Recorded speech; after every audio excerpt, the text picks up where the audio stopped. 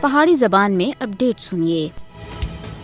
نازیاں تے متاثر RSS دی حمایت والی مودی حکومت سن مقبوضہ جموں کشمیر وچ اپنے جابرانہ ہتھ کنڈیاں وچ اور زیادہ وعدہ کر کے دا ہے۔ ہاتھ دیاڑے راستی قتل، تشدد اور گرفتاریاں یہ ثابت کر دیں کہ بھارتی حکمران اور انہاں دے مددگار کشمیری عوام دے ہر حق کو کنڈ پیچھے سٹ رہے ہیں۔ ادھر تعینات بھارتی فوجیاں سن کشمیری عوام دی جدوجہد آزادی کو دبانے دے واسطے معاصرہ اور کارکار تلاشی کاروائیاں دا سلسلہ اور زیادہ بڑھا کے دا ہے۔ مقبوضہ جموں کشمیر وچ پرتشدد معاصرہ اور تلاشی دی کاروائیاں دے بچکار معصوم کشمیریاں کو قتل کیتا جاندا ہے۔ رہائشی مکانات اور دوئی املاک بھارتی فوجیاں دے ہاتھوں تباہ ہو رہی ہے۔ مودی حکومت کشمیری عوام کو ڈرانے اور دھمکانے دے واسطے انہاں دی جائیداد ضبط کر رہی ہے۔ بھارتی حکام من گھڑت الزامات اتے کشمیری مسلمان ملازمین کو ملازمتاں دے برطرف کر رہے ہیں۔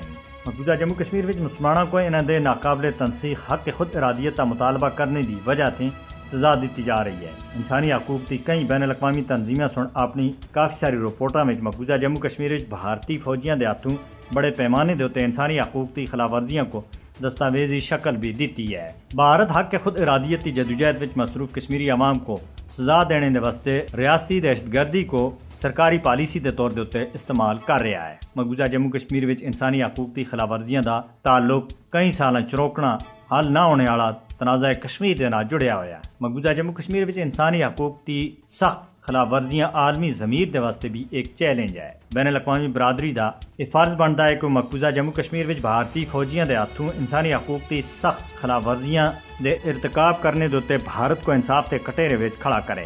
اقوام متحدہ اور عالمی طاقتاں کشمیری عوام کو بھارتی جارحیت اور ریاستی دہشت گردی بچانے دے واسطے عملی اقدامات کرن۔